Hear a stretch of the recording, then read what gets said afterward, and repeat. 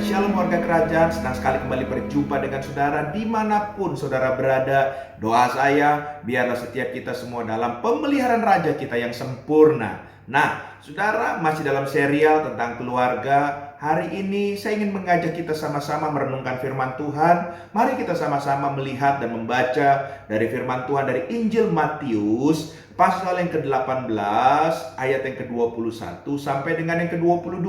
Saya ulang sekali lagi, Injil Matius pasal 18 ayat yang ke-21 sampai dengan yang ke-22.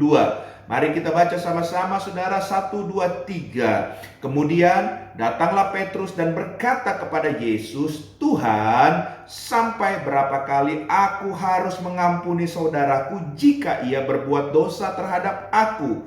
Sampai 7 kali?" Yesus berkata kepadanya, "Bukan, aku berkata kepadamu bukan sampai 7 kali, melainkan sampai 70 kali 7 kali." Katakan sama-sama amin. Haleluya. Nah, saudara, dari perenungan firman Tuhan ini adalah sebuah percakapan antara guru dengan murid. Petrus dan bercakap-cakap dengan Yesus, dan Petrus bilang kalau ada yang bersalah sama dia dan dia harus mengampuni, sampai berapa kali dia harus mengampuni? Petrus berkata sama gurunya, "Ya guru, mungkin 7 kali lah ya kita mengampuni." Tuhan bilang ternyata bukan cuma 7 kali kamu harus mengampuni. Bahkan ya, Yesus mengajarkan muridnya ini, bahkan dikatakan sampai 70 kali 7 pun kamu harus mengampuni. Akhirnya saudara, kita menarik sebuah kesimpulan, sampai jumlah yang banyak pun orang melukai, kalau kita masih bisa ada kesempatan untuk mengampuni, kita harus mengampuni. Nah, masalahnya kalau kita bicara soal pengampunan, itu kan ada sesuatu yang menyadari kesalahannya dan mau harus minta maaf. Kita nggak mungkin mengampuni orang yang seringkali tidak mau minta maaf. Ya, dia tidak tahu bahwa dia salah. Oleh sebab itu, saudara terkasih dalam Tuhan, kata maaf itu sebetulnya berarti ya menghapus atau menghilangkan luka hati. Makanya kata maaf itu harus kita lakukan, khususnya dalam hubungan suami istri, dalam hubungan di dalam sebuah keluarga. Kata maaf itu saling penting ya. Sebab waktu kita berani mengatakan kata maaf, maka satu sama lain kita akan menghapus atau menghilangkan luka hati. Sebab kita sadar, khususnya dalam sebuah pernikahan, mungkin pasangan kita itu bukan pribadi yang sempurna. Begitu juga dengan kita. Karena di dunia ini nobody perfect. Kita sedang berjalan di dalam Kristus anugerahnya untuk menuju sesuatu disempurnakan agar kita segambar serupa dengan Kristus. Nah, oleh sebab itu perlu sekali kata maaf ini harus ada di dalam tengah-tengah keluarga kita. Haleluya. Sebab survei membuktikan bagi orang yang tidak mau ya meminta maaf, bahkan juga mau memaafkan, itu sebetulnya dari sisi kesehatan, dari sisi medis ya, itu bisa mempengaruhi psikisnya atau menimbulkan sebuah penyakit yang bernama psikomatis. Ya, oleh sebab itu saudara terkasih dalam Tuhan, yuk mari kita sebagai warga kerajaan, khususnya dalam rumah tangga kita kalau tahu kita salah, kita jangan menutupi kesalahan kita, tapi kita harus berani mengakui, kita minta maaf, dan kita harus berani ambil komitmen untuk berubah dari segala kesalahan kita. Yang setuju boleh katakan amin. Haleluya. Nah, saudara terkasih dalam Tuhan, pertanyaannya, "Pak, tapi kenapa saya banyak berjumpa dengan orang-orang yang dia tahu dia salah, tapi dia kok ya nggak mau minta maaf?" Sebetulnya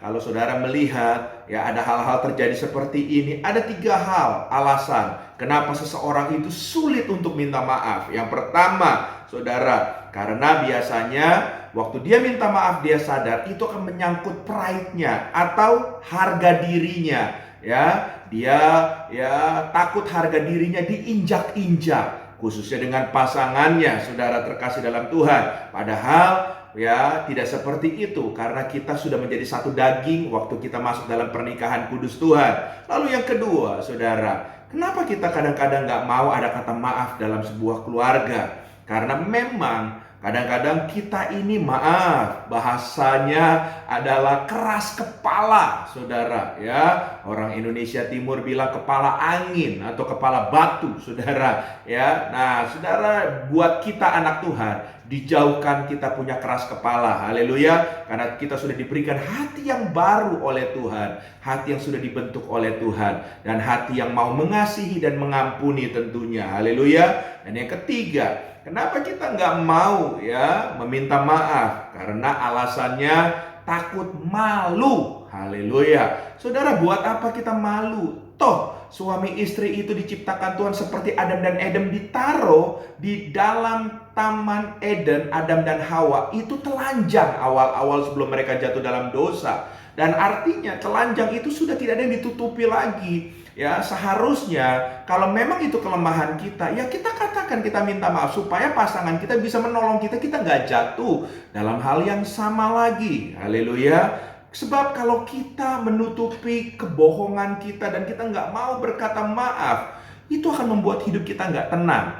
Saudara ingat kisah waktu saudara terkasih dalam Tuhan antara Yakub dan Esau. Yakub waktu merebut hak kesulungan daripada Esau, dia minta diberkati dengan membohongi ayahnya. Akhirnya ayahnya memberkati dan waktu itu Esau marah sekali. Walaupun Yakub sudah menerima hak kesulungan yang seharusnya menjadi bagian Esau, akhirnya karena abangnya marah dan ingin membunuhnya. Saudara tahu apa yang dilakukan oleh Yakub? Yakub akhirnya pergi meninggalkan tanah di mana tempat dia berada. Dia melarikan diri. Dan memang Tuhan menyertainya dan dia dibuat menjadi orang yang kaya. Dia menjadi orang yang diberkati oleh Tuhan dimanapun dia pergi. Tapi saudara tahukah, di tengah-tengah pelariannya tersebut, setelah dia memiliki segalanya, hatinya tetap tidak tenang. Haleluya. Makanya akhirnya di saat detik-detik saudara dia sudah nggak nyaman dengan kondisinya, skala dia punya tapi dia nggak tenang. Dia mengutus orang suruhannya untuk datang kepada abangnya Esau. Ya, dia ya istilahnya membangun hubungan supaya kakaknya bisa mengampuni dia. Dan singkat cerita, terjadi pemulihan antara Yakub dan Esau. Nah, saudara terkasih dalam Tuhan, mari kita juga belajar apapun kondisi kita hari ini dalam sebuah hubungan rumah tangga. Yuk, kita berani berkata maaf sama pasangan kita. Ya, saya percaya dengan kasih Tuhan, kalau saudara jujur mengakui kelemahan saudara, mengakui kejatuhan saudara, dan pasangan saudara adalah pribadi yang cinta Tuhan, takut Tuhan, dia juga akan menerima dan menolong saudara supaya saudara nggak jatuh lagi dalam hal yang sama, supaya saudara nggak berbuat kesalahan lagi dalam hal yang sama ke depannya. Haleluya. Tuhan memberkati kita semua. So, biarlah kita berani berkata maaf cinta, maaf sayang. Haleluya. Jangan ya pelit untuk berkata maaf sama pasangan kita. Tuhan memberkati. Izinkan saya berdoa buat saudara. Tuhan Yesus, hamba berdoa dalam nama Yesus. Setiap kami tidak mau menutupi kesalahan kami, kekurangan kami dari kesalahan-kekurangan yang satu dengan kesalahan-kekurangan yang lainnya. Hanya kami karena tidak mau berkata maaf. Kami gengsi karena harga diri kami. Kami merasa malu. Tapi biarlah hari ini Engkau tolong berikan kami kekuatan, kemampuan untuk kami berani berkata jujur. Apalagi kami adalah seorang imam. Kami menjadi teladan. Kami tahu bahwa kami tidak sempurna. Tapi dengan pertolongan Tuhan, di saat kami mengakui, kami bebas. Dan kami juga akan ditolong oleh Tuhan dan dengan pasangan kami untuk kami tidak jatuh lagi atau kami tidak salah lagi mengulang kesalahan yang sama. Terima kasih, Roh Kudus memampukan kami. Dalam nama Yesus kami telah berdoa dan bersyukur kepada Tuhan. Haleluya. Sama-sama kita katakan amin. Tuhan memberkati.